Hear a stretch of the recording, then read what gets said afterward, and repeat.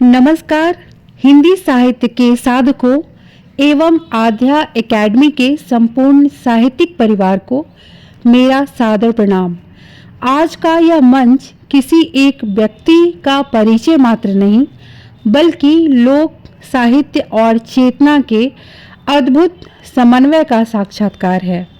आप देख रहे हैं आध्या एकेडमी की विशिष्ट श्रृंखला किरदार एक नई सोच, जहां हम सिर्फ रचनाएं ही नहीं, रचनाकार के जीवन दर्शन को भी प्रस्तुत करते हैं।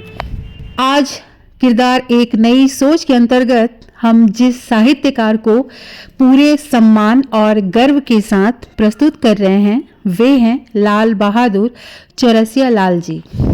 लोक भाषा को साहित्यिक गरिमा प्रदान करने वाले, शब्द और संकल्प के दुर्लभ समन्वय से अपनी साधना को दीर्घ युग में रूपांतरित करने वाले एक सशक्त कवि, लेखक, गीतकार।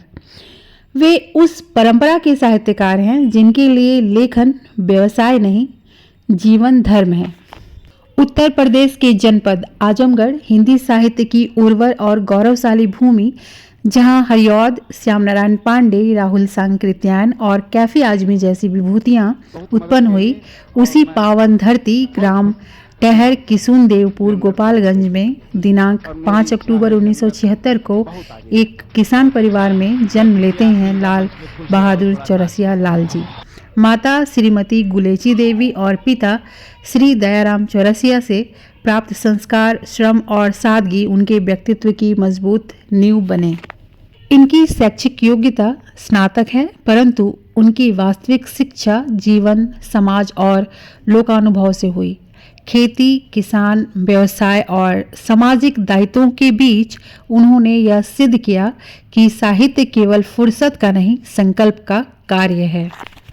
जिस आयु में अधिकांश किशोर खेल और चंचलता में डूबे रहते हैं, उसी 19 वर्ष की आयु में सन 2005 में लाल बहादुर चौरसिया लाल जी रचते हैं खंड काव्य प्रियतम की राह, जो अभी प्रकाशनाधीन है।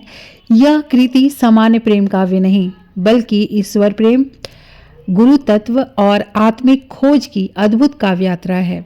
जयशंकर प्रसाद की दार्शनिक गंभीरता और महादेवी वर्मा की करुण संवेदना जिस सहजता से उनकी रचना में उतर आती है, वह मां सरस्वती की विशेष अनुकंपा का प्रमाण है। सन 2021 में प्रकाशित इनका प्रथम काव्य संग्रह आंसू से मुस्कान लिखेंगे ने साहित्य जगत में विशेष पहचान बनाई। आज इनकी 5 बाल कविताएं ICSE और CBSE बोर्ड की हिंदी पाठ्यपुस्तक में सम्मिलित हैं, जो किसी भी रचनाकार के लिए गर्व का विषय है। उनकी लोकप्रिय रचनाएं भोजपुरी गीत केहू नइखे बोलत बा, मौनी जी की पावन कथा भाग 1 और 2, बरुआ जी की पावन कथा, गांव कितनी दूर है, इन सारी रचनाओं ने जन जन में उनकी रचनात्मक स्वीकृति का प्रमाण दिया है। अब तक आपने लाल जी की जीवन साधना और रचनात्मक यात्रा को सुना, पर किसी भी साहित्यकार की वास्तविक पहचान तभी पूर्ण होती है जब हम यह जान पाते हैं कि उसकी भाषा से उसका रिश्ता कैसा है। लाल बहादुर चौरसिया लाल जी के लिए हिंदी केवल अभिव्यक्ति का माध्यम नहीं, बल्कि संस्कार, संवेदना और संकल्प है। उनकी दृष्टि में हिंदी किसी एक वर्ग की भाषा नहीं, बल्कि गांव की चौपाल से लेकर विश्व के मंच तक जन जन को जोड़ने वाली सांस्कृतिक सेतु है। इसी भावभूमि पर रची गई उनकी एक अत्यंत प्रभावशाली, भावप्रवण और हिंदी गौरव से परिपूर्ण रचना है हिंदी जय जय बोल रही है। विश्व हिंदी दिवस के पावन अवसर पर रचित यह कविता हिंदी की ध्वनि, गति, सौंदर्य और समावेशिता का अद्भुत काव्यात्मक उत्सव है। यह कविता बताती है कि हिंदी सिर्फ बोली नहीं, चलती हुई चेतना है, जो नदियों की कलकल में, हवाओं की सरसराहट में और जनमन की धड़कन में निरंतर बोल रही है। इसी भाव के साथ अब प्रस्तुत है लाल बहादुर चौरसिया लाल जी की हिंदी गौरव से ओतप्रोत रचना हिंदी जय जय बोल रही है।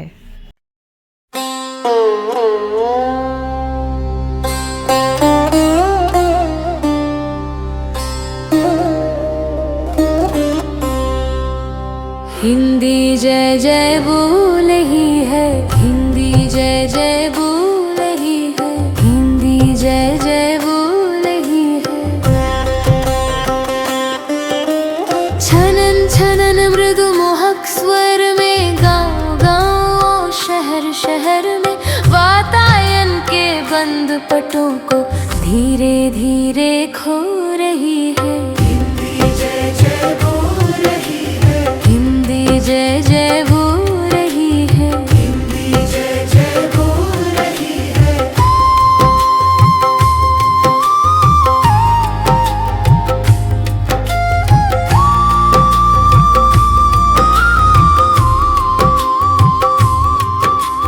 ऊंच शिखर से सागर तट तक, दूर क्षितिज के स्वर्णिम घट तक, सरिता की धारा में कल कल मादक मधुर वो घोल रही है। हिंदी जय जय बोल रही है।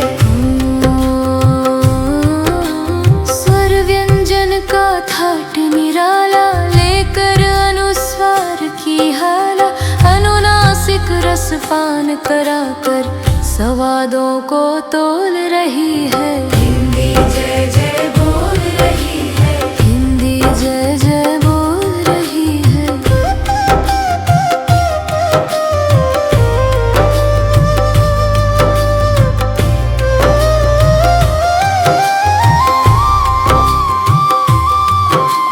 भाषाओं को गले लगाए, चुपता का लघु भार उठाए, शब्द सुधा की आभा लेकर जनमानस में डोल रही है। हिंदी जय जय बोल रही है। सुर भाषा की दुहिता हिंदी, भारत माँ के भाल की बिंदी, वर्षों से गतिमान बनी ये बोली में अनमोल रही है। हिंदी जय जय बोल रही है, हिंदी जय जय बोल रही है, हिंदी जय जय बोल रही है।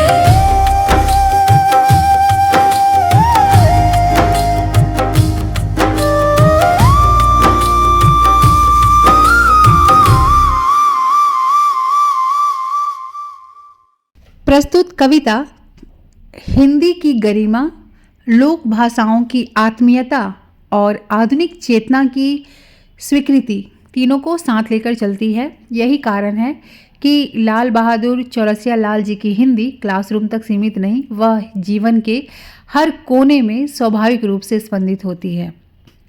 आज किरदार एक नई सोच के अंतर्गत हमने एक ऐसे रचनाकार को जाना जो मिट्टी से जुड़कर भाषा को आकाश देते हैं। इन्हीं शब्दों के साथ मैं पूजा सिंह आपसे विदा लेती हूँ। यदि यह प्रस्तुति आपके मन को स्पर्श कर गई हो तो कृपया लाइक, शेयर, सब्सक्राइब करें। हिंदी और साहित्य की इस यात्रा का हिस्सा बने। और जाते जाते कुछ शब्द मेरी ओर से आप सभी के लिए।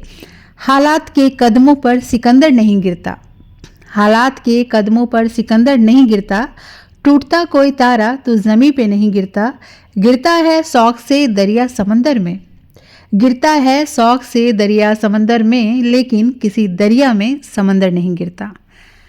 आपका बहुत बहुत धन्यवाद। जय हिंदी, जय साहित्य, वंदे मातरम।